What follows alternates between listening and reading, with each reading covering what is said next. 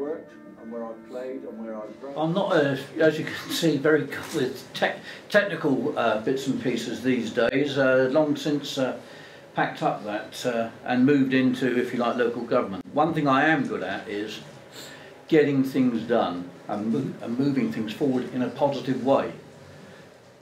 I want to just let you cast your mind back 2 years, just prior to the election, when we as independents took over the administration of the Isle of Wight Council.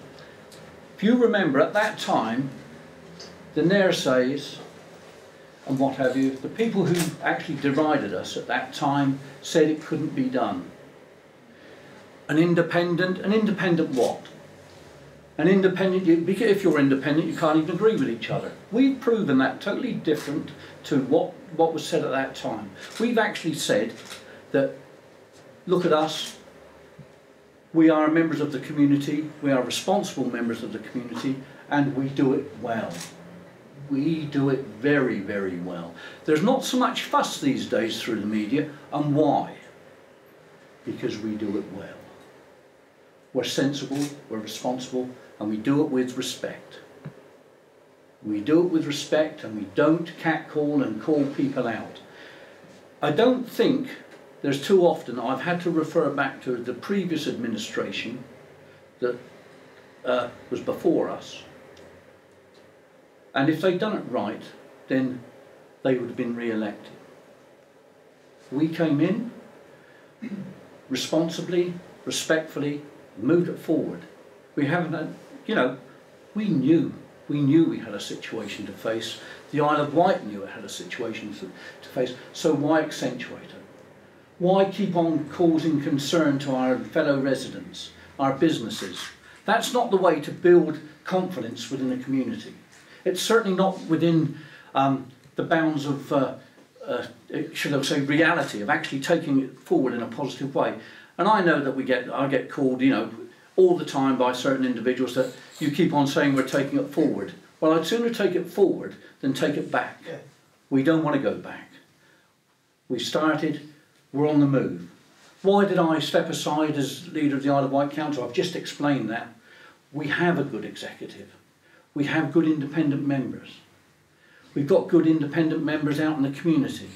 That's what the island's about. It's not about this business of party politics. Party politics is really getting together and trying to move into some sort of power at central government level by cobbling something together.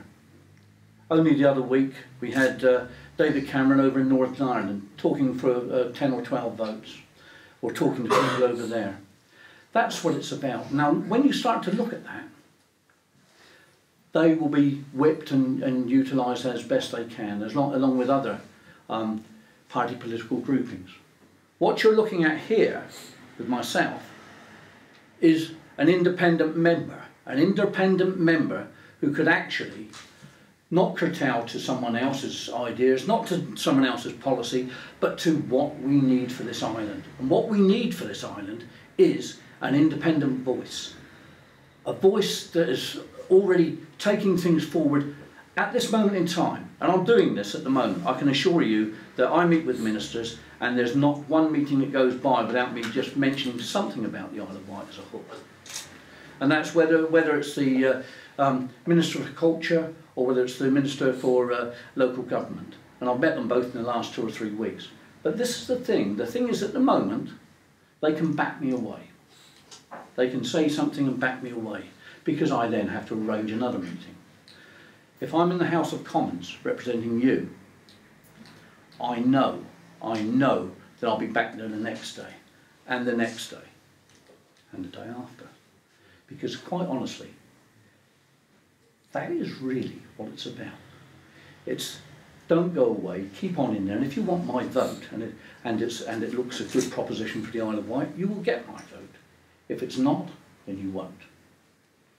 And I think that that's what differs me slightly from other parliamentary members, if you like, or candidates. PPCs from other groupings actually have to stick with their manifesto, which is written off island. You'll find mine isn't written off Ireland. Mine is written with you in mind, and so it should be. It's written with business in mind. It's written with the local economy in mind. It's written with our children in mind, education, social care, you name it. It's all pulled together. That's what we're doing. That's what I'm doing. Believe you me, it's a difficult job to actually say, where do you start with the manifesto? It is a difficult job. So I can understand why UKIP got rid of their man in January who was writing their manifesto because he hadn't got it ready in time. I can understand that. But mine is ready. It's not for release at this moment in time. My letters are ready to go out to all the households as well, but they're not being released yet. My posters are ready, I can assure you of that.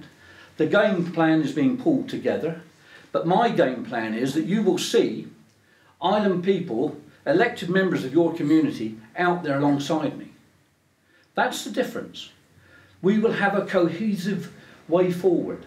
We will have a collective voice because we will have the administration of the Isle of Wight Council and its prospective parliamentary candidate and hopefully its MP at the end of the day talking and moving together on it. That's the one way that we will get this island back on track. As I say, the Isle of Wight Council at this moment in time, and we've got some detractors, and no two ways about that, both in the chamber and outside. But I'll tell you what, they're not saying too much, and they haven't said too much over the last 2 years. And why? Because we've respectfully carried on doing the job. There's a mountain to climb. There's no two ways about that. But I'll tell you what, if I didn't think that I was the best person for the job, and I'll tell you this, as an island lad and as a ride guy, I wouldn't put my money where my mouth is and say, okay, I'll fritter away the daughter's there, so I've got to be careful what I'm saying about the money that's going this way. But I'll tell you, I wouldn't be frittering away the family funds. If I saw one person in the lineup, and I'm not a detractor, as I said, I treat people with respect. That's all part of the Bell principles. Treat people with respect. But if I didn't think it was worthwhile going for this and actually grasping the nettle, I wouldn't bother. The money would stay in the bank for the lady over on the left. You know, sorry, but it's going elsewhere at the moment. But what I'm saying is that I don't think I'd be able to live with myself if I didn't try and make a difference this time out. This time out, the national scene has changed. This time out, one independent vote can make all the difference. People, as I said before, and this is when my repetition comes in for those who don't recognise it, is that they will buy my vote for the Isle of Wight. They will buy my vote because it's going to be good for the Isle of Wight, not because it's good for a political grouping. That's the difference between me and the others. Now, if you want to know a few of the things that I'm going to take forward, one is obviously the Bell principles, because that's always going to be part of the independent members, if you like, doctrine. It's been accepted by the independent network throughout England and Wales, so that is one thing that we'll always hang our hat on that, and quite rightly so. And the big one for me in that is respect. But what I'm going to do is I'll just run down through. That's the extracts, that's the bullet points of my manifesto. Okay? And you'd be surprised with what's on here. No, you won't, because it's increased health spending in real terms to address the physical and mental health issues, create partnerships with social care. It's all as plain as the nose on your face. And that's the thing. There's bits and pieces in here which are innovative, and I'll tell you that, because you would expect that from me. You would expect thinking outside the box, because that's the way we've always done it. That's the way we did it when we were the alternative to the previous administration. And we put forward our alternative budgets, if you remember back. We had innovation. We put the community, if you remember, the community bus service came from former councillor Churchman at the back there, and myself speaking with Mark Morgan Hughes. It wasn't something dreamt up by central government. It wasn't something dreamt up by the previous administration. It came hot from us. So that's one thing. The other thing was the apprenticeship scheme. It's now been adopted nationally, but it came from us. It came from our alternative budget. Adopted, thankfully, by my predecessor as former leader. And we're going to go back and utilise that again. So we're looking at if you like, putting more into apprenticeships, putting more into entrepreneur schemes and employment for the over 50s. Because to be quite honest, when you're made redundant at the age of 50 or thereabouts, people think you're on the scrap heap. And if you look at the way that the pension funds and the way that money is going out to pensioners these days, no, you've got a long time to wait for your pension. But there's also a lot of skill, a heck of a lot of skill, a heck of a lot of experience that needs to be brought back into our society. We don't want it to languish, we don't want it to be wasted. We need to make sure that we utilise it. And if we can utilise that on this island, people living on the island, people love the island. People with actual talent that we can tap into. It's a winner. It's a winner for us all. The present administration of the Isle of Wight Council has put £50,000 into that. £50,000. I'm working with the Age UK Isle of Wight. Now, as I say, not many people might know that, but I'll tell you that if we can get that up and running, they'll be following us, as they did with the apprenticeship scheme, as they did with the community bus service. The UK mainland, and Wales most probably, will be running with it. We'll talk about the Barnet formula in a moment, because I want that scrapped. I want that scrapped north of the border, and I want our Barnet formula for England.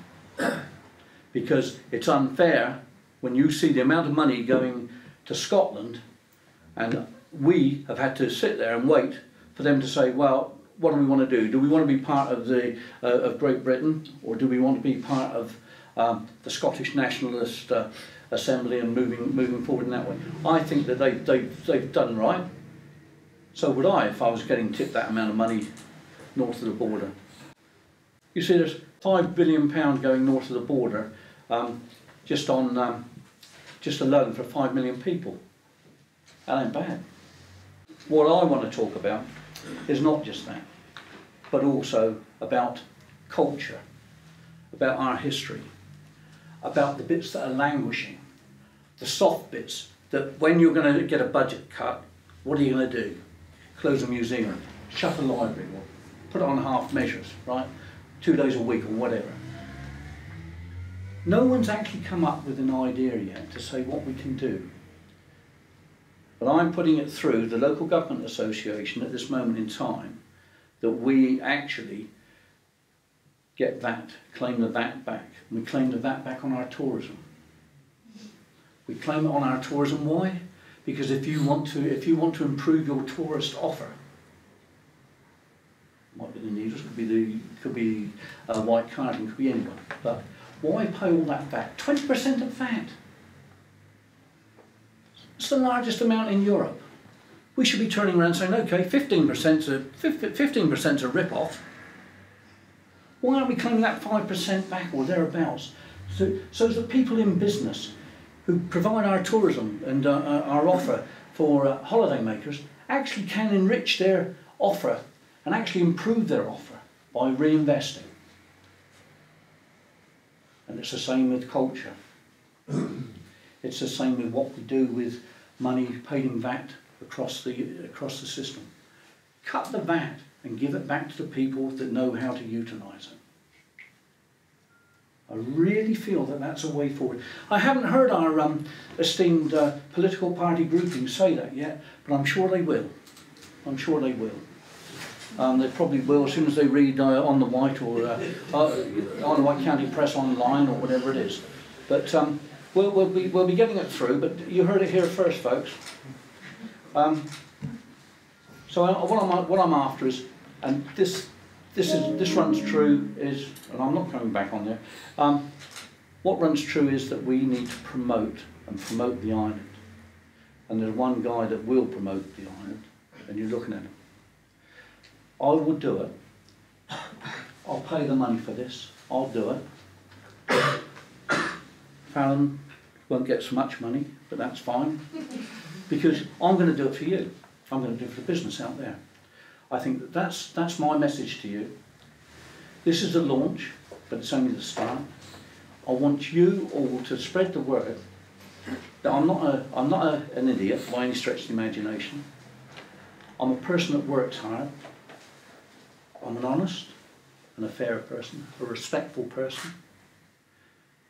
And I'm going to try and move this forward so that an independent member of our community can stand there in Parliament and actually give it what for.